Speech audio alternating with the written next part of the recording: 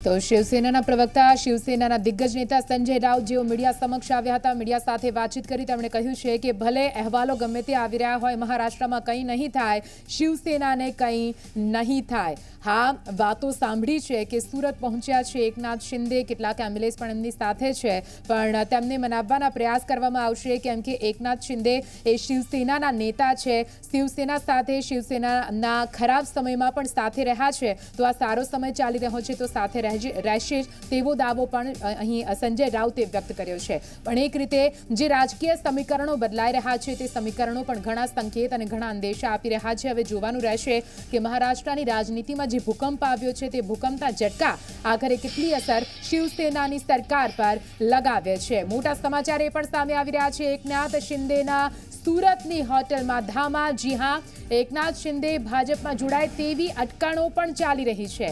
એકનાથ શિંદે જેઓ શિવસેનાના દિગ્ગજ નેતા છે અને મહારાષ્ટ્ર સરકારમાં પણ તેઓ ગૃહમંત્રી તેમજ શહેરી વિકાસ મંત્રાલય સંભાળી રહ્યા હતા, ખૂબ જ મોટું પદ તેમને આપવામાં આવ્યું હતું, પણ હવે જ્યારે તેઓ નારાજ થયા છે ત્યારે તેમની નારાજગીની અટકણો વચ્ચે એવી પણ વાત છે કે તેઓ ભાજપમાં જોડાઈ શકે છે એવી અટકણો છે। મહારાષ્ટ્રમાં ભાજપ સરકાર બનાવે તેવી પણ ચર્ચા છે। ભાજપ એકનાથ શિંદેને ડેપ્યુટી સીએમનું પદ આપે તેવી પણ સંભાવના વ્યક્ત કરવામાં આવી રહી છે। આ વિશે વધુ વાત કરવા માટે આપણી સાથે અલગ અલગ જગ્યાએથી અમારા સંવાદદાતા જોડાઈ ગયા છે। બ્રિજેશ દોશી આપણી સાથે જોડાઈ ગયા છે અને ચેતન પટેલ અમારી સાથે જોડાઈ ગયા છે સુરતથી, જે હોટલમાં અત્યારે એકનાથ શિંદે રોકાયેલા છે તે હોટલની બહાર તેઓ ઉપસ્થિત છે। ચેતન, પહેલા તો તમારી પાસે આવીશું। એક રીતે મહારાષ્ટ્રની સરકાર પર સંકટના વાદળો ઘેરાઈ રહ્યા છે, ભૂકંપ આવ્યો છે, ભૂકંપના ઝટકા આજે સમગ્ર સમીકરણો છે તેના તાર સુરત સુધી જોડાયેલા છે, કેમ કે જે હોટલમાં રોકાયા છે તે હોટલની બહાર તમે ઊભા છો, શું કંઈ હલચલ જોવા મળી રહી છે? કેમ કે 12 વાગે એકનાથ શિંદે પ્રેસ કોન્ફરન્સ કરશે તેવી પણ વાત છે।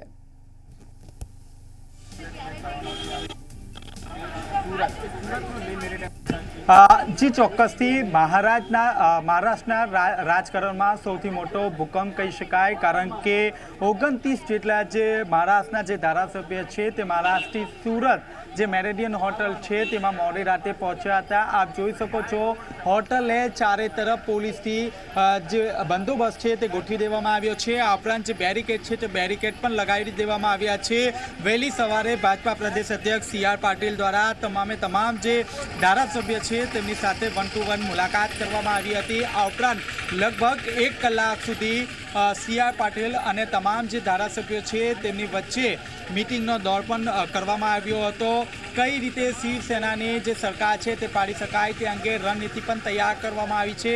હાલની જો વાત કરીએ તો દરેકે દરેક જે કર્મચારી છે તેમનો આઈ કાર્ડ અહીં ચેક કરવામાં આવી રહ્યો છે, ત્યારબાદ જ જે તે કર્મચારીને અંદર જવા દેવામાં આવી રહ્યો છે। આઈ કાર્ડ વગરના તમામ લોકોને પ્રવેશ આપવા પર પ્રતિબંધ મૂકી દેવામાં આવ્યો છે। આ ઉપરાંત સૌથી મોટા સમાચાર એ કહી શકાય કે અંદર જે વિધાયકો છે તે વિધાયકો બાદ કોઈ પણ શખ્સને અંદર રૂમ આપવામાં આવી નથી। તમામ લોકો માટે જે રૂમો છે તે અહીં પ્રતિબંધ મૂકી દેવામાં આવ્યો છે, કોઈ પણ શખ્સને અંદર રૂમ આપવામાં નહીં આવશે। આ ઉપરાંત જે મીડિયાના જે કર્મચારીઓ છે તેમને પણ આ જ રીતે જે મુખ્ય ગેટથી થોડે દૂર અહીં ઊભા રાખવામાં આવ્યા છે। હજી પણ એકનાથ શિંદે તેમજ જે અન્ય જે ધારાસભ્યો છે તેમની વચ્ચે અંદર મીટિંગ ચાલી રહી છે। જો કે આ મીટિંગમાં શું ચર્ચા વિચારણા ચાલી રહી છે તે જાણી શકાયું નથી। જો કે જે રીતે મહારાષ્ટ્રમાં શિવસેનાએ દાવો કર્યો છે કે તેઓ એકનાથ શિંદેને મનાવવાનો પ્રયાસ કરશે, ધારાસભ્ય જે છે તે તેમના સંપર્કમાં છે। જો કે બીજી તરફ તમામ જે ધારાસભ્ય છે તેમના જે મોબાઈલ ફોન છે તે સ્વિચ ઓફ કરી દેવામાં આવ્યા છે। જે રીતે CR પાટીલ દ્વારા આખો જે ખેલ પાડવામાં આવ્યો છે, ત્યારબાદ હવે શિવસેનાની જે સરકાર છે તે ગમે તે સમયે પડી ભાંગશે તેવી પૂરેપૂરી શક્યતા જોવા મળી રહી છે।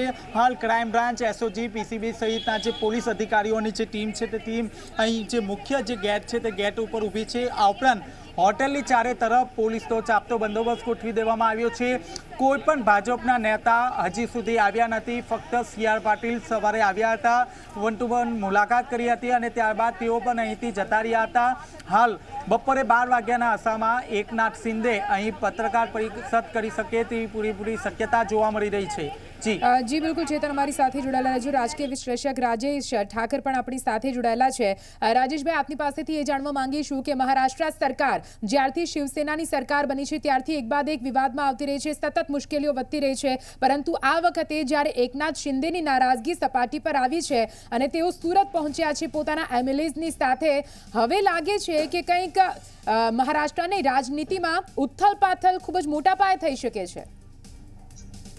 બિલકુલ, એટલે જ્યારે સરકારનું ગઠન થયું ત્યારે પણ બહુ જ લાંબા સમય સુધી એક પોલિટિકલ ડ્રામા ચાલ્યો હતો અને એની અંદર જે વૈચારિક કજોડું કહેવાય કે કોંગ્રેસ અને શિવસેના એક સાથે બેસશે કે કેમ, એ પ્રશ્ન જ્યારે સોલ્વ થયો એના પછી તરત જ એનસીપી ની અંદર એક આવું ક્રાઇસિસ ઊભું થયું હતું ને એ વખતે શરદ પવારે કોઈ પણ રીતે એને મેનેજ કરી લીધું હતું. હવે ઉદ્ધવ ઠાકરેની અગ્નિ પરીક્ષા છે કે શિવસેનાની અંદર એક ક્રાઇસિસ ઊભું થયું છે. જે પાર્ટીની અંદર એવું કહેવાતું હોય છે કે ઠાકરે પરિવારનો દબદબો છે ને એમની જ હકુમત મોટા ભાગે ચાલતી હોય છે, શિવસેનાની સામે આ પ્રકારનો બળવો થાય અને એની અંદર જે સંખ્યા અત્યારે કહેવાઈ રહી છે, જો એ સંખ્યા સાચી ઠરે, કારણ કે હજી તો આ જે વાતો છે આપણને માધ્યમો દ્વારા કે સૂત્રો દ્વારા મળી રહી છે, એકચ્યુઅલ સંખ્યા કેટલી છે શિંદેની પાસે એના ઉપર આખું જે આ ચિત્ર છે એ નિર્ભર રહેશે. કારણ કે ભારતીય જનતા પાર્ટીને 145 કરવા માટે 40 ધારાસભ્યો જોઈએ છે. હવે દાખલા તરીકે સરકાર પડતી દેખાય તો શક્ય છે કે એનસીપી અને કોંગ્રેસની અંદર પણ ભંગાણ થઈ શકે, કારણ કે એક વખતે જો શિંદેની પ્રેસ કોન્ફરન્સ થાય ને એની અંદર એ વિશ્વાસ અપાવે કે અમારી પાસે આટલા ધારાસભ્યો છે, તો એની સાથે સાથે ઉદ્ધવ ઠાકરેની પણ એક બેઠક સમાંતર ચાલી રહી છે અને બેઠકની અંદર પણ પ્રયત્ન એવો કરવામાં આવશે કે આજે દાવો કરવામાં આવ્યો છે દાવો ખોટો છે, અમારી પાસે આટલા ધારાસભ્યો છે, જો ધારાસભ્યો હશે તો શક્તિ પ્રદર્શન એમના પક્ષે પણ કરવામાં આવશે, ત્યારે થોડુંક ચિત્ર સ્પષ્ટ થશે. પણ આટલું મોટું સ્ટેપ લેવાઈ ગયું છે એકનાથ શિંદે દ્વારા કે ગુજરાતની અંદર સંરક્ષણમાં આવ્યા છે જ્યાં ભારતીય જનતા પાર્ટીની સરકાર છે અને એમાં એ જ્યારે દાવો કરી રહ્યા હોય ત્યારે એ દાવો બિલકુલ ખોટો છે કે બિલકુલ પાયાવિયાણું છે કે 5-7 જણા જેમની સાથે હોય અને આટલી મોટી રાજકીય રમત આ કક્ષાનો નેતા રમે એ બહુ સ્વીકારી શકાય એવું નથી. એટલે 100% અત્યારે અઘાડી સરકાર છે એના ઉપર સંકટના વાદળો છે અને આ માત્ર અઘાડી સરકાર માટે નહીં, આ રાષ્ટ્રપતિની જે ચૂંટણી થવા જઈ રહી છે અને એમાં જે મતોનું રાજકારણ છે એના ઉપર પણ આ અસર કરવાનું છે. એટલે જેવું આ ઓપરેશન પાર પડશે એની સાથે સાથે મહારાષ્ટ્રની સરકારની સાથે રાષ્ટ્રપતિની ચૂંટણીની અંદર અત્યારે જે 10 કે 12 હજાર વોટ ગણિતની અંદર ભારતીય જનતા પાર્ટીના ઓછા થાય છે, એ વોટ પણ આ ધારાસભ્યોના જવાથી મેનેજ થઈ જાય અને રાષ્ટ્રપતિની જે ચૂંટણી છે એની અંદર પણ બહુ સરળતાથી ભારતીય જનતા પાર્ટી પોતાના ઉમેદવારને જીતાડી શકે એ પરિસ્થિતિ આવે એમ છે. એટલે આજે જ્યારે તમામ વિરોધ પક્ષની રાષ્ટ્રપતિના નામ માટે મીટિંગ દિલ્હીમાં થવા જઈ રહી હતી ત્યારે સવારમાં આ એકદમ સરપ્રાઈઝ આવ્યું છે અને એમાં ગુજરાત સરકારની ભૂમિકા અને CR પાટીલની ભૂમિકા એ જ હોય કે અહીંયા જ્યારે એમના રાજકીય સંરક્ષણની અંદર એના ધારાસભ્યો આવ્યા છે ત્યારે અહીંયાથી કોઈ પણ પ્રકારની ચૂક ના થાય અને આ લોકો સેફલી જ્યારે અલ્પમતની વાત આવે ત્યારે સેફલી ત્યાંથી મહારાષ્ટ્ર સુધી પહોંચે કાં તો તેના રાજ્યપાલ સુધી પહોંચે, એની જે જવાબદારી છે જવાબદારી હવે ગુજરાત ભારતીય જનતા પાર્ટીની છે અને એટલા માટે હાલ બહુ ઇન્વોલ્વમેન્ટ દેખાય નહીં ભારતીય જનતા પાર્ટીના નેતાઓનું ત્યાં જવાનું બહુ બનતું નથી, એટલા માટે કે અત્યારે શિવસેનાનો આંતરિક પ્રશ્ન છે. પણ જ્યારે સરકાર પાડવાની વાત આવશે ત્યારે ભારતીય જનતા પાર્ટીનું ઇન્વોલ્વમેન્ટ એની અંદર 100% દેખાશે. એટલે પાછલા બારણે કર્ટનની પાછળ રહી અને CR પાટીલની 100% ની અંદર ભૂમિકા છે, પણ શિંદેની પ્રેસ કોન્ફરન્સ થશે એના પછી ઘણું બધું ચિત્ર આપણી પાસે સ્પષ્ટ થશે. બિલકુલ રાજેશભાઈ, ફરીથી આપની પાસે આવું છું, પણ સવાલો ઘણા થઈ રહ્યા છે કે આખરે આ જે સમીકરણો છે જે સોગઠા છે તે કઈ રીતે ગોઠવવામાં આવી રહ્યા છે. જો કે સમય જતાની સાથે ચિત્ર પણ ક્લિયર થતું જશે. અમારા સંવાદદાતા અત્યારે દીક્ષિતા જોડાઈ ગયા છે જેમની પાસેથી આપણે જાણીશું કે આખરે મહારાષ્ટ્રનું રાજકીય ગણિત કેવું છે, વિધાનસભાના આંકડા શું કહી રહ્યા છે, જાદુઈ આંકડો કેટલો છે અને તમામ પક્ષો તે આંકડા સુધી પહોંચવા માટે કેવી રીતે રાજકીય ગણિત રીતે પ્રયત્નો કરી રહ્યા છે. અમારા સહયોગી દીક્ષિતા પાસેથી જાણીએ. Dikshita, over to you.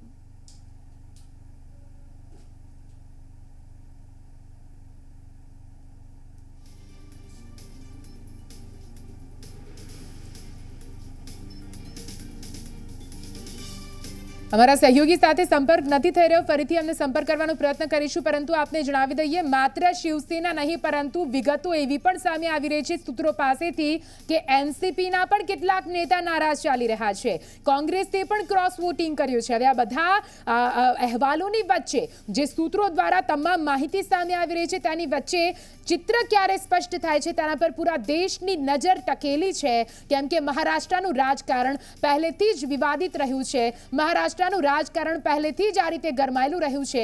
તે પછી 2019માં જ્યારે ભાજપની માત્ર 80 કલાકની સરકાર બનીને પડી ભાંગી હતી એ વખતની વાત હોય કે પછી અત્યારે શિવસેના સરકાર પર આવેલા સંકટની વાત હોય, હવે કોણ કોણ સંપર્ક વિહોણા છે, કયા એમએલએ સંપર્ક વિહોણા છે એની વાત કરવામાં આવે તો ભરત ગોગાવલે મહાડ બેઠક પરથી ધારાસભ્ય છે જેઓનો સંપર્ક નથી થઈ રહ્યો, નીતિન દેશમુખ બાળાપુર બેઠક પરથી ધારાસભ્ય છે તેમનો પણ સંપર્ક સોમવારથી નથી થઈ રહ્યો, અનિલ બાબર ખાનાપુર બેઠક પરથી એમએલએ છે તેમનો પણ સંપર્ક કરવાનો પ્રયત્ન સતત ઉદ્ધવ સરકાર કરી રહી છે પરંતુ નથી થઈ રહ્યો, વિશ્વનાથ ભોઈર કલ્યાણ બેઠક પરથી એમએલએ છે ધારાસભ્ય છે તેઓ પણ સંપર્ક વિહોણા છે, સંજય ગાયકવાડ બુલઢાણા બેઠક પરથી ધારાસભ્ય છે, સંજય ગાયકવાડનો પણ સંપર્ક કરવાનો પ્રયત્ન પરંતુ કોઈ સંપર્ક નથી થઈ રહ્યો, સંજય રામુલકર મહેકર બેઠક પરથી ધારાસભ્ય છે અને તેમણે તો પોતાનો ડીપી પણ બદલી નાખ્યો છે, મહેશ શિંદે કોરેગાંવ બેઠક પરથી ધારાસભ્ય છે, 5 સીટ પર ભાજપની જીત થઈ છે। એમએલસીની ચૂંટણીનું પરિણામ ગઈકાલે આવ્યું હતું અને એ પરિણામ બાદ લાગતું જ હતું કે આખરે કંઈક નવા જૂની થવાની છે અને આ નવા જૂનીના અહેવાલો વચ્ચે એધાણ વચ્ચે હવે ફડણવીસ દિલ્હીમાં પહોંચ્યા છે। જી હા, મોટા સમાચાર સામે આવી રહ્યા છે, ભાજપ નેતા ફડણવીસ દિલ્હીમાં પહોંચ્યા છે, તેમણે દિલ્હીમાં ધામા નાખ્યા છે, વિપક્ષના નેતા દેવેન્દ્ર ફડણવીસના દિલ્હીમાં ધામા અને દિલ્હી મુલાકાતને લઈને પણ ઘણી એવી અટકણો લગાવવામાં આવી રહી છે, દિલ્હીમાં સિનિયર નેતાઓ સાથે તેઓ મુલાકાત કરશે અને બેઠકો કરશે, સમગ્ર પરિસ્થિતિને લઈને આગામી રણનીતિ નક્કી કરવામાં આવશે। વધુ માહિતી સાથે અમારા સંવાદદાતા બ્રિજેશ સતત અમારી સાથે લાઈવ જોડાયેલા છે। બ્રિજેશ, સીધા આપની પાસે આવીશું, એક બાદ એક સતત અપડેટો સામે આવી રહી છે, મહારાષ્ટ્રમાં જે નવા જૂનીના એધાણો છે તેની વચ્ચે હવે સમાચાર છે કે દેવેન્દ્ર ફડણવીસ દિલ્હીમાં ધામા નાખવાના છે, દિલ્હીમાં સિનિયર નેતાઓ સાથે મુલાકાત કરવાના છે, આ તરફ મહારાષ્ટ્ર સરકારમાં પણ બેઠકોનો ધમધમાટ છે, એનસીપી નેતાઓની પણ બેઠક મળી રહી છે, સુરતમાંથી પણ 1 વાગતા પ્રેસ કોન્ફરન્સ થનાર છે। જો આ સમગ્ર જે ઘટનાક્રમ છે તેને જોવા જઈએ, શું લાગે છે આગળ શું થઈ શકે છે બ્રિજેશ?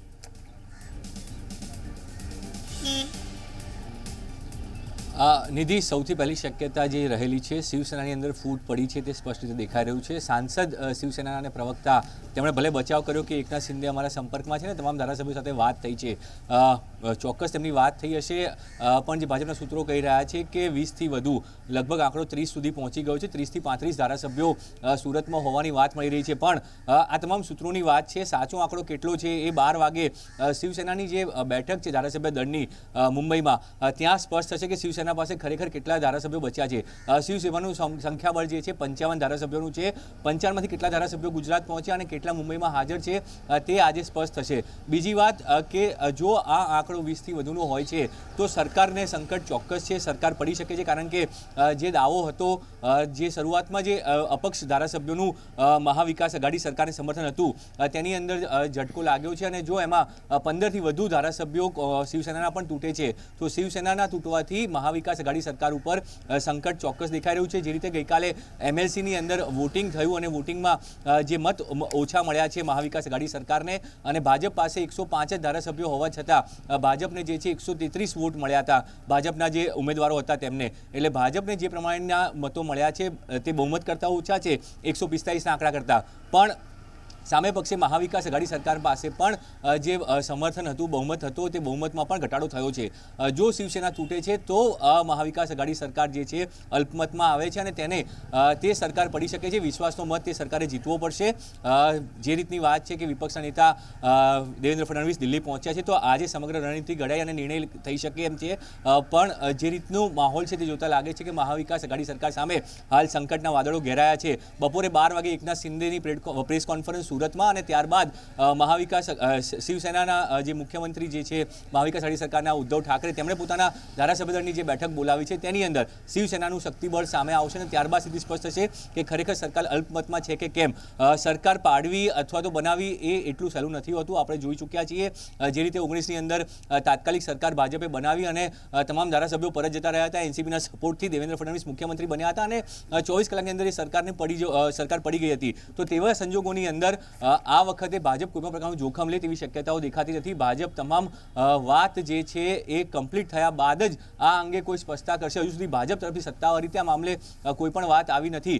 ચોક્કસ સુરતની અંદર જે ધારાસભ્યો છે તે છે ગુજરાત ભાજપના અધ્યક્ષ ના ધ્યાન નીચે આ તમામ ઓપરેશન ચાલ્યું હતું અને તમામ ધારાસભ્યો અહીંયા પહોંચ્યા છે. હવે આગળ શું થાય છે તે શિવસેનાની ધારાસભ્યદળની બેઠક બાદ સ્પષ્ટ થશે. ફડણવીસ જો દિલ્હીમાં હોય તો દિલ્હીમાં હાઈકમાન્ડ સાથેની મુલાકાત બાદ આગળની રણનીતિ દેવેન્દ્ર ફડણવીસ સ્પષ્ટ કરશે, કારણ કે ત્યાં ભાજપનો મુખ્ય ચહેરો દેવેન્દ્ર ફડણવીસ છે અને દેવેન્દ્ર ફડણવીસ જે ચહેરો છે તે ચહેરો મુખ્યમંત્રી પદનો પણ દાવેદાર છે. એટલે ભાજપની પોતાની તૈયારીઓ કેટલી છે અને ભાજપ જી બિલકુલ બ્રિજેશ, ફરીથી આપની પાસે આવીશું અને અપડેટ મેળવતા રહીશું. અત્યારે આપણી સાથે વાત કરવા માટે એનસીપી નેતા જયંત બોશકી પણ જોડાઈ ગયા છે. જયંતભાઈ, આપનું પણ સ્વાગત છે ઝી 24 કલાકમાં.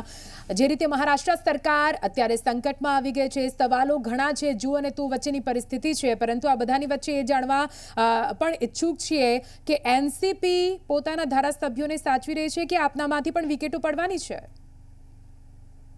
એનસીપી બધી કોઈ વિકેટ નથી પડવાની. આ રોષ મુખ્યમંત્રી ઉપર છે. શિવસેનાના મુખ્યમંત્રી ઉદ્ધવ ઠાકરે કોઈને મિનિસ્ટરોને કે ધારાસભ્યોને મુલાકાત સુદ્ધા ના આવતા એનો અસંતોષ છે. મહાઆઘાડી સરકારનો અસંતોષ નહીં. હવે એમની ઘરની વાત છે, એ ઘરની વાત 12 વાગ્યા પછી આગળ મુલાકાત કરી નિરાકરણ લાવવું જોઈએ, નહીં તો સરકાર તકલીફો ઉભી રહેશે. પણ સરકાર તકલીફમાં છે, પરંતુ જે રીતે એનસીપીનો પણ સપોર્ટ રહેલો છે, એટલે આપની પાસેથી એ જાણવું પડે કે એનસીપી નેતા શરદ પવાર પણ જ્યારે બેઠક પર બેઠક કરતા હોય તો શું એમને પણ કઈ ચિંતા નથી થઈ રહી? ચોક્કસપણે ચિંતા પવાર સાહેબ થઈ રહી છે અને એનું નિરાકરણ કરવા માટે સાથે તાત્કાલિક દિલ્હીથી મુંબઈ આવી રહ્યા છે અને ચોક્કસપણે એનો કોઈ પોઝિટિવ નિકાલ આવવો જોઈએ. નહીં તો તેથી સવારે 8 વાગે શપથવિધિ કરી હતી અને અજીત પવારને લાયા હતા અને 24 કલાકમાં સરકાર પડી ગઈ હતી. એવી દશા ફરી ઊભી થવાની પરિસ્થિતિમાં છે. તમે એ વાત સ્વીકારો છો? એટલે બહુ મોટી વાત કહેવાય કે 24 કલાકમાં જે રીતે સરકાર પડી હતી ફરીથી એ સિચ્યુએશન ઊભી થઈ શકે છે. આપની પાસે ફરીથી આવું છું જયંતભાઈ. બ્રિજેશ, આપની પાસેથી એ જાણવા માંગીશું કે જે રીતે મહારાષ્ટ્રમાં અત્યારે રાજકારણમાં હડકંપ આવેલો છે, સુરતમાં ધારાસભ્યો અને એકનાથ શિંદે છે, આ બધી વાતોની વચ્ચે દિલ્હીથી કોઈ હલચલ સામે આવી છે? અમિત શાહ આ સમગ્ર મામલે શું આગળ રણનીતિ ઘડી રહ્યા છે? કઈ ખબર આવી રહી છે?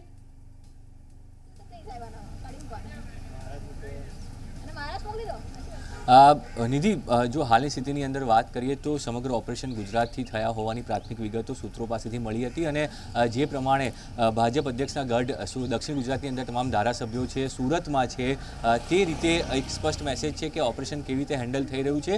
જે અત્યારની સ્થિતિ છે, ભાજપ તરફથી વેઇટ એન્ડ વોચ છે. એકનાથ શિંદે આજે એક પ્રેસ કોન્ફરન્સ કરીને શું વાત કરે છે? મેં કહ્યું તેમ સંખ્યાબળ જે છે ભાજપ પાસે પર્યાપ્ત નથી સરકાર બનાવવા માટે. ભાજપને 105 ધારાસભ્ય ભાજપના પોતાના છે, 6 ધારાસભ્યો અપક્ષ તેમનું સમર્થન છે, 113 ધારાસભ્ય થાય છે. જો શિવસેનાના ધારાસભ્યો પણ સમર્થન કરે તો 145નો જે બહુમતનો આંકડો છે તે ભાજપ પાસે નથી. તેવા સંજોગોની અંદર ભાજપ સરકાર બનાવવાનો દાવો નહીં કરે. અત્યારની જે વાત છે તેની અંદર મહાવિકાસ આઘાડી સરકાર પોતે અલ્પમતમાં છે તે વાત સામે આવવાની કરશે ભાજપ અને અલ્પમતમાં હોવાનો દાવો કરવામાં આવશે. વિશ્વાસનો મત ઉદ્ધવ ઠાકરે સરકારે ગુમાવ્યો હોવાનો આ જે લડાઈ છે સીધી ઉદ્ધવ ઠાકરે અને શિવસેના સાથેની છે.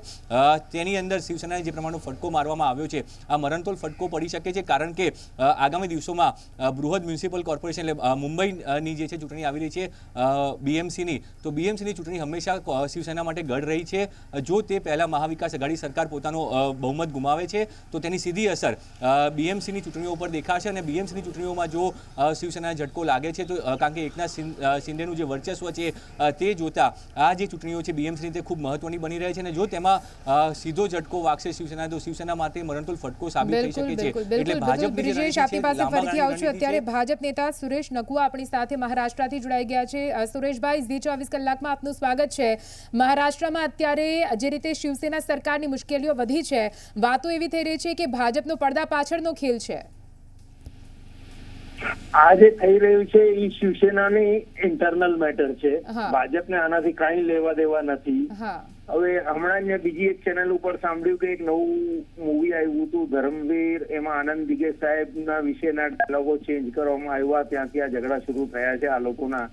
પણ આ લોકોની ઇન્ટરનલ મેટર છે અને હિન્દુસ્તાન એક સ્વતંત્ર દેશ છે, કોઈ પણ ક્યાં આવી શકે છે, જઈ શકે છે. જો જેમ બધા મીડિયા કહી રહ્યા છે કે આ લોકો શિવસેનાના નેતાઓ ગુજરાતમાં આવ્યા છે, તો એમનું સ્વાગત છે ગુજરાતમાં.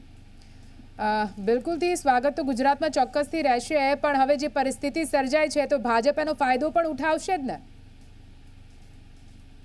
આ તો એમનો ઇન્ટરનલ પ્રોબ્લેમ છે, ભાજપને આનાથી કાંઈ લેવા દેવા નથી. એટલે વાતો એવી સામે આવી, ચર્ચા એવી છે નકુવા સાહેબ, ચર્ચા એવી પણ છે કે એકનાથ શિંદે ભાજપમાં જોડાશે, ભાજપ મહારાષ્ટ્ર સરકારમાં ડેપ્યુટી સીએમનું પદ પણ ઓફર કરી શકે.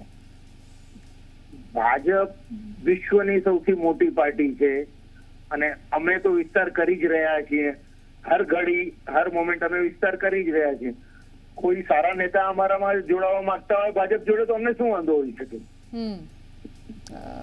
બિલકુલથી. તો આ પરિસ્થિતિમાં હવે ભાજપની રણનીતિ શું રહેશે? અમે પણ ફોલો કરી રહ્યા છીએ, પિક્ચર ચાલુ છે, જોઈએ આગળ શું થાય છે. એટલે શિવસેનામાંથી તો વિકેટો પાડી છે, એનસીપી માંથી કેટલી પડે છે જોવાનું છે, એવું છે? બધું ચાલુ છે, જોઈએ શું થાય છે. બધી મીડિયા ચેનલ ચાલુ છે. ના, કેમ કે ફડણવીસ પણ દિલ્હી પહોંચ્યા છે, સિનિયર નેતાઓ સાથે મુલાકાત કરવાના છે. હા, એ તો એમને ઓલરેડી પ્રી શેડ્યુલ્ડ મીટિંગ હતી, એના માટે આવ્યા છે દિલ્હી. ઓકે, બિલકુલથી અમારી સાથે જોડાયા અને વાત કરી તે બદલ ખૂબ ખૂબ આભાર સુરેશભાઈ. તો સુરેશ નકુવા મહારાષ્ટ્રના ભાજપના નેતા છે, તેઓ આપણી સાથે જોડાયા હતા. તેમનું કહેવું છે કે શિવસેનાનો આંતરિક મામલો છે, પણ જે પ્રકારની પરિસ્થિતિ ઊભી થઈ છે, ભલે ભાજપ અત્યારે કંઈ ફોડ પાડવા માટે તૈયાર ન હોય, પરંતુ પડદા પાછળનો ખેલ હોવાની ચર્ચાઓ પણ ઉઠી રહી છે. હવે જોવાનું રહેશે કે જે પણ નારાજ નેતાઓ છે તેમની આગળની રણનીતિ શું રહે છે, કેમ કે હજુ પણ જો અને તો વચ્ચેની પરિસ્થિતિ છે. એક બાદ એક પ્રેસ કોન્ફરન્સ થશે, એક બાદ એક બેઠકો થશે, ચિત્ર સ્પષ્ટ થતું જશે.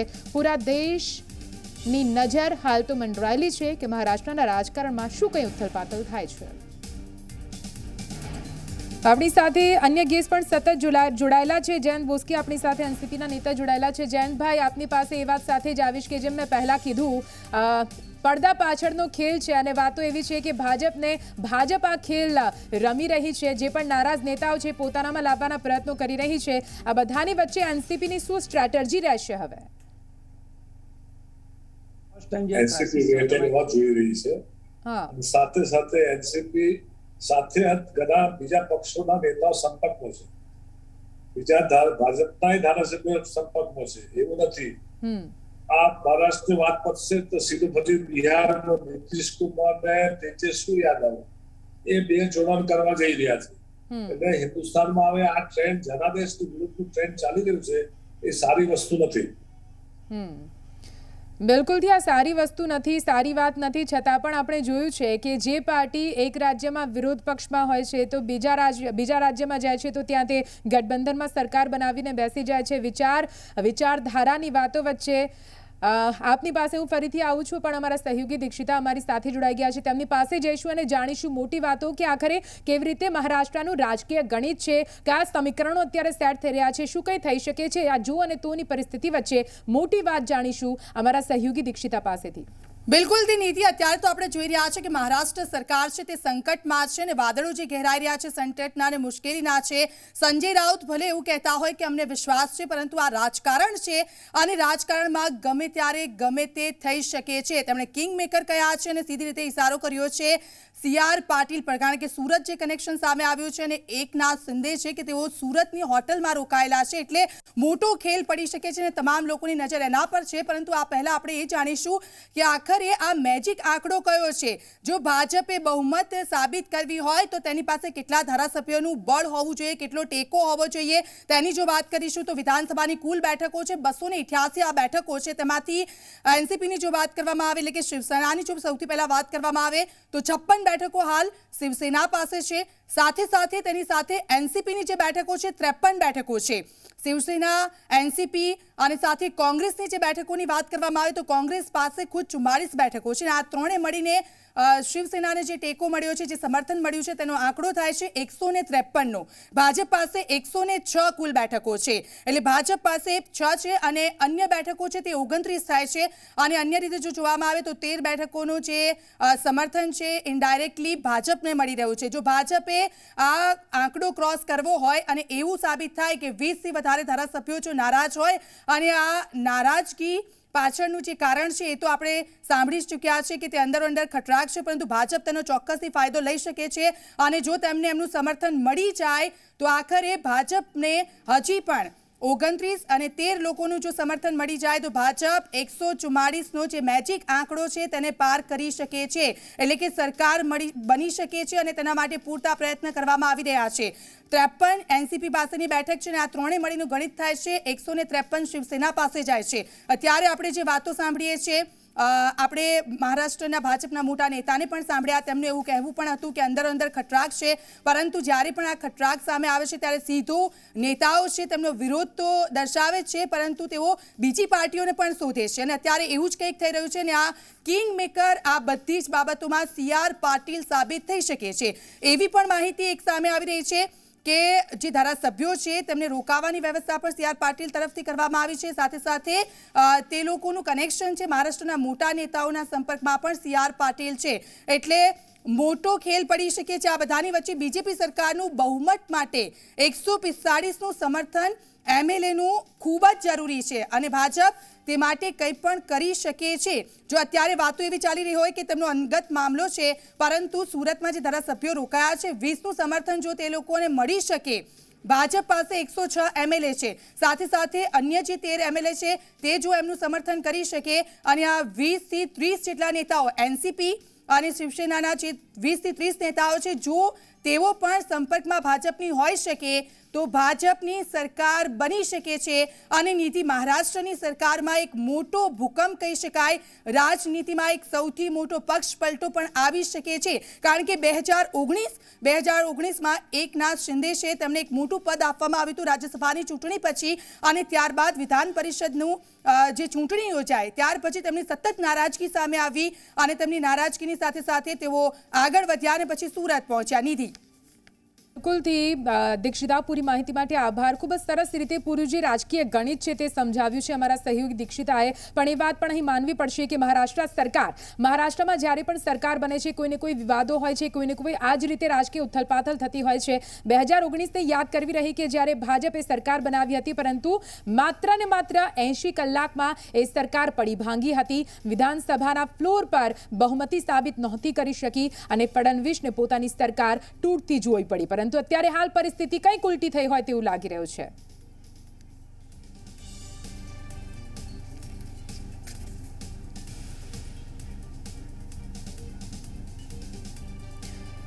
અને આપણી સાથે ચર્ચા કરવા માટે અલગ અલગ નેતા અત્યારે ઉપસ્થિત છે. નરેન્દ્ર રાવત કોંગ્રેસના નેતા પણ આપણી સાથે થોડી જ વારમાં જોડાશે. બ્રિજેશ દોશી જોડાયેલા છે, અમારા સંવાદદાતા જયંત બોસ્કી પણ જોડાયેલા છે અને રાજેશ ઠાકર રાજકીય વિશ્લેષક પણ આપણી સાથે જોડાયેલા છે. રાજેશભાઈ, આપની પાસે હવે એ વાત જાણવા માંગીશ કે ચોક્કસથી ભારતીય જનતા પાર્ટી ઘણા લાંબા સમયથી પ્રયત્નો કરી રહી હતી કે મહારાષ્ટ્રમાં ક્યારે ફરી એકવાર એની સરકાર બને, કેમ કે ફડણવીસ પણ બોલી ચૂક્યા છે કે આઈ વિલ કમ બેક. ક્યારે આવશે એ ખબર નથી, પરંતુ તેમનો આત્મવિશ્વાસ કહી રહ્યો હતો કે જલ્દીથી તેઓ પરત આવશે ને બસ કંઈક એવું થતું દેખાઈ રહ્યું છે.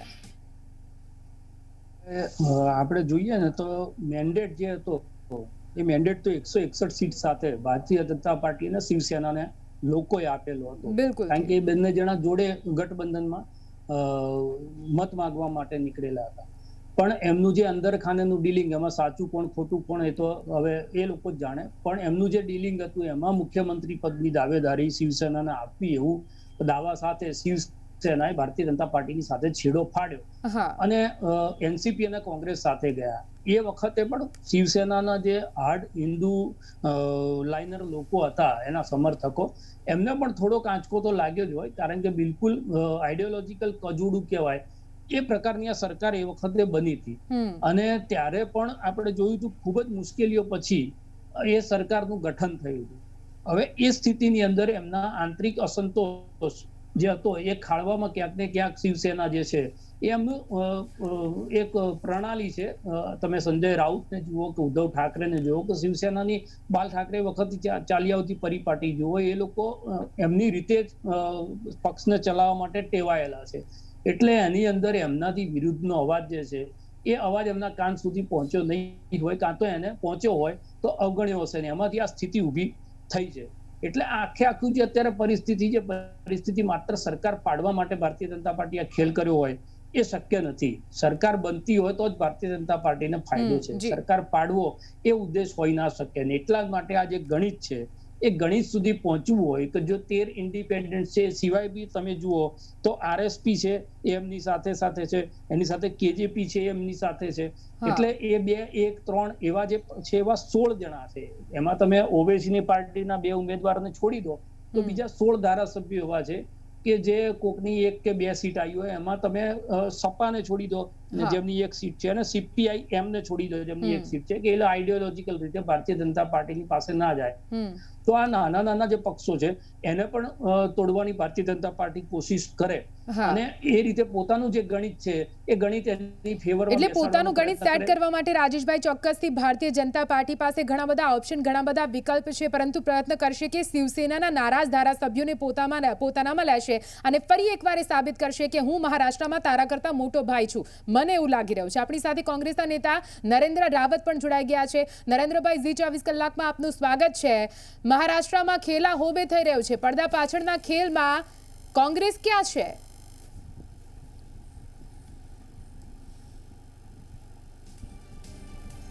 આપ જાણો છો કે જે પ્રકારની પરિસ્થિતિનું નિર્માણ થયું છે એમાં કંઈ નવું નથી. ભારતીય જનતા પાર્ટી સમગ્ર દેશમાં લોકશાહીના મેન્ડેટને પાછો ધકેલીને ભ્રષ્ટાચાર અને સરકારી એજન્સીઓનો ઉપયોગ કરી ધારાસભ્યોને દબાવીને સત્તાઓ પલટાવી છે તો આપ જાણી ચૂક્યા છો. આપ જોઈ શકો છો મધ્યપ્રદેશની સરકારમાં એમને મેન્ડેટ નહોતું તો બી એ સરકાર બનાવી છે. કર્ણાટકની વાત કરો, બીજા રાજ્યોની વાત કરો, તમામ રાજ્યોમાં ભારતીય જનતા પાર્ટીએ લોકશાહીના મૂલ્યોને નીચે મૂકી ભ્રષ્ટાચાર અને સત્તાના દુરુપયોગ પ્રમાણમાં ઉપયોગ કરીને ઘણી બધી સરકારો બદલાવી છે. હવે આ દેશમાં એને સમર્થન લોકો આપે, ઇન્ટેલેક્ચ્યુઅલ આપે, ટીવી મીડિયા આપે તો મને ખૂબ દુઃખ થાય છે, કારણ કે આ પ્રકારની રાજનીતિ ન હોવી જોઈએ જે ભારતીય જનતા પાર્ટી. પણ નરેન્દ્રભાઈ, મારે એ જાણવું છે કે તમે જ્યારે લોકશાહીના મૂલ્યોની વાત કરો છો તો મહારાષ્ટ્રમાં શું થયું હતું? મહારાષ્ટ્રમાં 106 સીટો કોને મળી હતી? ત્યાં આગળ તો મેન્ડેટ મળ્યો છે ભારતીય જનતા પાર્ટીને ને, પરંતુ ત્યાં તો 3 પક્ષોએ ભેગા થઈને ભારતીય જનતા પાર્ટીને કઈ રીતે વિરોધમાં બેસાડી છે એ પણ આપણે જાણીએ છીએ. એટલે લોકશાહીના મૂલ્યોની વિશેની વાતો અહીં નથી કરવી. મારે એ જાણવું છે કે અત્યારે જે રાજકીય ઉથલપાથલ છે એમાં કોંગ્રેસ ક્યાં છે? મને લોકશાહીના મૂલ્યોની હું આપને એમાં સ્પષ્ટતા કરવા માંગુ છું. નહીં, એ બાબતમાં સ્પષ્ટતા કરું છું. એમાં તમે સમજો, એમાં સૌથી મોટો પક્ષ ભારતીય જનતા પાર્ટી છે. ટેલી 2 જે 145 ની કરવાની હોય એ બીજા પક્ષો ભેગા થઈને કરી શકે, એમાં ખોટું નથી કર્યું. આ તો પોતાની ટેલી 145 ન હોય અને બીજા પક્ષને તોડીને કરે, ચાલુ સરકારને તોડવાનો પ્રયત્ન કરે. તમે મધ્યપ્રદેશનું ઉદાહરણ જુઓ. ભારતીય જનતા પાર્ટીએ તમામ નૈતિક મૂલ્યોને નીચે મૂકી દીધા છે, લોકશાહીને નીચે મૂકી દીધી છે. વાત તમે કોંગ્રેસ પક્ષની કરી તો મહાવિકાસ અઘાડી સરકારમાં કોંગ્રેસ પક્ષ અકબંધ છે. અમારા ધારાસભ્યો અત્યારે અમારી પાસે જ છે, કોઈ વાત નથી. વાત અત્યારે શિવસેનાની ચાલે છે. એમાં પણ શિવસેનાના પ્રવક્તા અને રાજ્યસભાના સભ્ય સંજય રાઉતને આપે ટીવી માધ્યમથી સાંભળ્યા હશે કે જેમણે સ્પષ્ટ કર્યું છે કે અમારી સરકારને ખતરો નથી. એક બાજુ દેવેન્દ્ર ફડણવીસ જે પ્રકારે વાત કરતા દિલ્હી ગયા છે, તેમણે કીધું કે અમે સરકાર કોઈ પાડવાની વાત અમારામાં છે નહીં. વાસ્તવિકતા એ છે કે જે ગુજરાતની અંદર ધારાસભ્યો જે આવ્યા છે એમને જે રિસોર્ટમાં રાખ્યા છે એમનો સંપર્ક નથી થતો, એ વાસ્તવિકતા સંજય રાઉતે સ્વીકારી છે. પણ સાથે સાથે એમને આક્ષેપ બી કર્યો છે કે અમારો સંપર્ક કરવા નથી આવતા. 7 ટાઈપની શું કહેવાય સિક્યુરિટી મૂકી દેવામાં આવી છે, અંદર કોઈને પ્રવેશવા દેવામાં નથી આવતા. ગુજરાત ભારતીય જનતા પાર્ટીનું રાજ છે અને એમને સંપૂર્ણ રીતે લોખંડી પ્રોટેક્શન આપવામાં આવી રહ્યું છે એવું શિવસેનાનો આક્ષેપ છે. આપ જોઈ શકો છો કે ભારતીય જનતા પાર્ટી શું કરી રહી છે. આ સમગ્ર બીના ટીવીના માધ્યમથી અમે જોઈ રહ્યા છે. વાસ્તવિકતા એ છે કે મહારાષ્ટ્રના રાજકારણમાં ગઈ વખતે કોઈ સરકારને બહુમતી મળી નહોતી, કારણ કે બહુમતી એટલે 288 સીટોમાંથી 145 સીટ જેની પાસે હોય એ ગણતરી હોય એ ટેલી થાય તો સરકાર બની શકે. ભારતીય જનતા પાર્ટી 107 સીટ પર જીતી હતી. જે પ્રકારે 57 સીટ પર શિવસેના, 53 ઉપર એનસીપી અને 43 ઉપર કોંગ્રેસના એમએલએ હતા. આ ટોટલ સાથે અમે અપક્ષો સાથેની સરકાર જે બનાવી એમાં અમને 169 સીટનું સમર્થન હતું. હવે વાત એ બાબતની છે કે અત્યારે જે ભારતીય જનતા પાર્ટી ક્લેમ કરી રહ્યો છે એની ગણતરી અમારી પાસે નથી, એ કહેવું વાજબી નહીં ગણાય. પરંતુ એ વાત શક્ય છે કે એ લોકો જે ક્લેમ કરી રહ્યા છે એમાં 145નો આંકડો અત્યારે દેખાતો નથી. આ વાસ્તવિકતા છે, કારણ કે મહારાજના રાજકારણમાં જે પ્રકારે પરિણામ આવ્યું એટલે પ્રજાએ પૂરો મેન્ડેટ નહીં આપ્યો, જેના કારણે સાથે સાથે મહત્વની બાબત એ છે કે એમાં 13 ધારાસભ્યો તો અપક્ષ છે. એના સાથે ટોટલ નાના પક્ષો થઈ, સીપીઆઈ હોય કે એસપી હોય, આરએસપી હોય, આ તમામ પક્ષો ભેગા થઈને લગભગ 27 સીટ નાના પક્ષોની અને અપક્ષોની છે.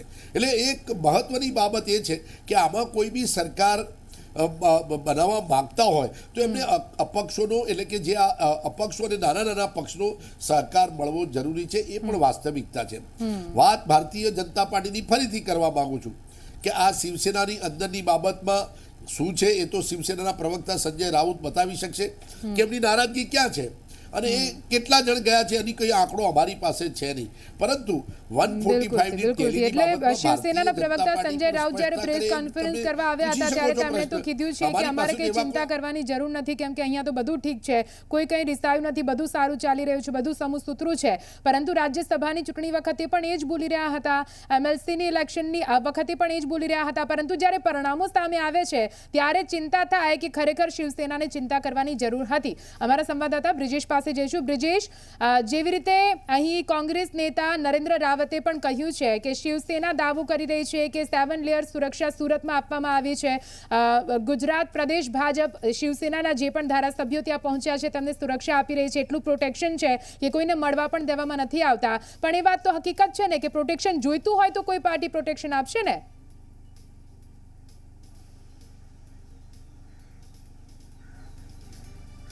નિધિ, જ્યારે કોઈ પણ ધારાસભ્ય નારાજ થઈને કોઈ બીજી જગ્યાએ જાય તો તે વખતે તેને પ્રોટેક્શન આપવું પડે છે અને પ્રોટેક્શન દરેક રાજ્યોમાં મળતું હોય છે. જ્યારે અન્ય રાજ્યોમાં પણ આ પ્રકારની ઘટનાઓ થઈ ત્યારે પ્રોટેક્શન આપવામાં જ આવ્યા છે, એમાં કોઈ મોટી વાત નથી. પણ સીધી વાત જે છે અહીંયા સંખ્યાબળની, તો સંખ્યાબળ હાલની સ્થિતિમાં ભાજપ પાસે પર્યાપ્ત નથી. જે મુદ્દો છે મુદ્દો મહાવિકાસ આઘાડી સરકારને અલ્પમતમાં લાવવાનો છે અને અલ્પમતમાં હોય તે પ્રકારની સ્થિતિ અત્યારે દેખાઈ રહી છે. ભાજપ કોન્ફિડન્ટ એટલા માટે છે કારણ કે ગઈકાલે એમએલસીની ચૂંટણીમાં બહુમત કરતાં જે છે ઓછા મતો જે છે મહાવિકાસ આઘાડી સરકારને મળ્યા અને તેમનો એક ઉમેદવાર હારી પણ ગયો. ભાજપના 5 ઉમેદવારની જીત થઈ, ભાજપ પાસે સંખ્યાબળ નહોતું તેમ છતાં જીત મળી. એટલે એ કારણોસર જે છે ભાજપ કોન્ફિડન્ટ છે કે મહાવિકાસ આઘાડી સરકાર અલ્પમતમાં આવી રહી છે. કેટલા ધારાસભ્યો છે કેટલા નથી આ તમામ આંકડો બપોરે 12 વાગે જ્યારે શિવસેનાની બેઠક મળશે ત્યારબાદ સ્પષ્ટ થવાનું છે. પણ ભાજપનો એવો સૂત્રોનો દાવો છે કે 30થી વધુ ધારાસભ્યો સુરત પહોંચી ચૂક્યા છે. આ તમામ ધારાસભ્યો શું શિવસેના છોડવાના તૈયાર છે તે મોટો સવાલ છે, કારણ કે શિવસેનાનું કુલ સંખ્યાબળ 55 છે. 55માંથી જો 30 ધારાસભ્યો છોડી દે છે તો મોટો ઝટકો શિવસેના માટે સાબિત થઈ શકે છે. ભાજપ પાસે 145નો આંકડો સીધો જે છે સર કરવો મુશ્કેલ છે. પણ જે મહાવિકાસ આઘાડી સરકાર છે તે 145 નીચે આવી જાય તો તેની સામે અવિશ્વાસ પ્રસ્તાવ દાખલ થઈ શકે છે, સરકાર પડી શકે છે.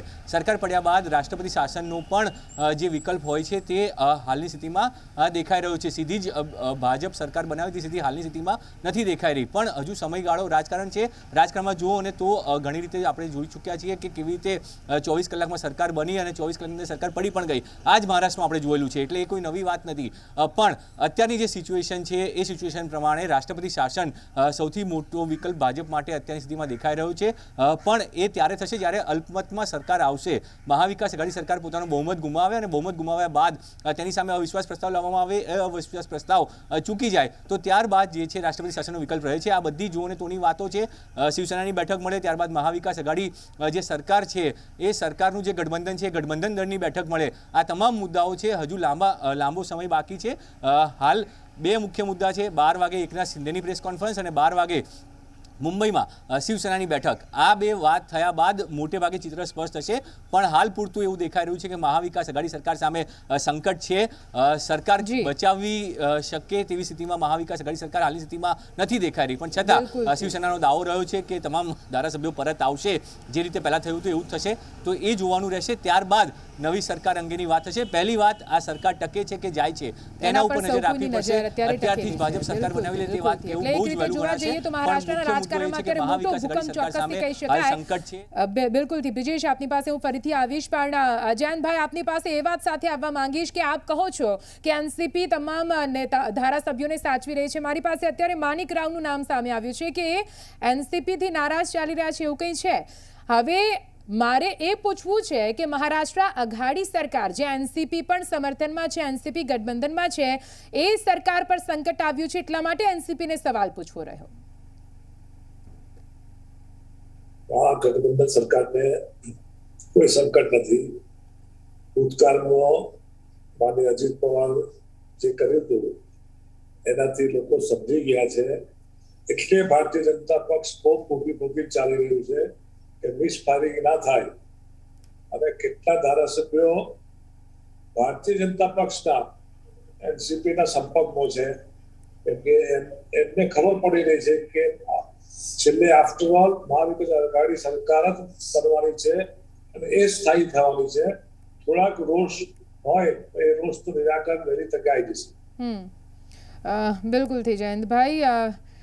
રાજેશભાઈ, હવે જુઓ ને તોની પરિસ્થિતિ છે, શું લાગે છે જે શિવસેનાના નારાજ નેતા છે તેમને મનાવવામાં શિવસેના સફળ રહેશે કે પછી એ કોઈ અન્ય પાર્ટીમાં જોડાય છે? એનસીપીનું શું વલણ રહેશે, કેમ કે એના પર પણ સૌ કોઈની નજર રહેશે. કોંગ્રેસની વાત કરીએ, જ્યારથી સરકાર ગઠબંધનની સરકાર બની છે, કોંગ્રેસ અને શિવસેનાના વિચારધારાની લડાઈ ક્યાંક વચ્ચે આવી જતો હોય એવું પણ દેખાયું છે. એટલે આ મહારાષ્ટ્ર આઘાડી સરકારનું આગળનું ભવિષ્ય શું દેખાઈ રહ્યું છે આપને?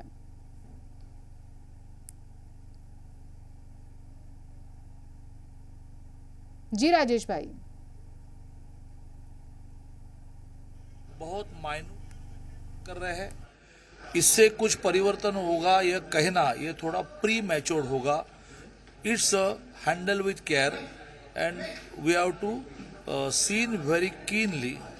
We are observing all situations. Sanjay Raut कह रहे हैं कि एकनाथ शिंदे को भड़काने में भाजपा कहा था, लेकिन एकनाथ शिंदे संजय राउत के इस प्रकार से भड़काऊ भाषणों से, जिसको मराठी में कहते हैं कि चुभने वाले बातों से ही ये सारे प्रॉब्लम निर्माण हुए हैं उनकी पार्टी में भी, और लोग इसको बर्दाश्त नहीं करेंगे. इसका उदाहरण एकनाथ शिंदे जी की बगावत है. तो अभी तो क्या संजय राउत जी है, थोड़ा ठीक समझ पोलाइट बात करे हर विषय पर. त्याला आम्ही मराठीत म्हणतो अंगावर जाण्याची आवश्यकता नाही. सर, देवेंद्र जी दिल्ली गए हैं तो क्या सरकार बनाने? नहीं, ये हमारी परंपरा है कि कोई चुनाव जीतने के बाद राष्ट्रीय नेताओं को मिठाई देने के लिए जाना पड़ता है. तो देवेंद्र जी हमारे दिल्ली के सारे नेताओं को मिठाई देने के लिए गए. તો એક બાદ એક રાજકીય નેતાઓની પ્રતિક્રિયાઓ પણ હવે સામે આવી રહી છે. ભાજપના ચંદ્રકાંત પાટીલ કે જેઓ પ્રતિક્રિયા આપી રહ્યા હતા, તેમનું કહેવું છે કે અત્યારે કંઈ પણ કહેવું થોડું પ્રી મેચ્યોર્ડ નિવેદન રહેશે. તો આપણે ચર્ચા કરી રહ્યા હતા, આપ તમામ મારી સાથે જોડાયા, ખૂબ સરસ ચર્ચા કરી, તે બદલ ખૂબ ખૂબ આભાર.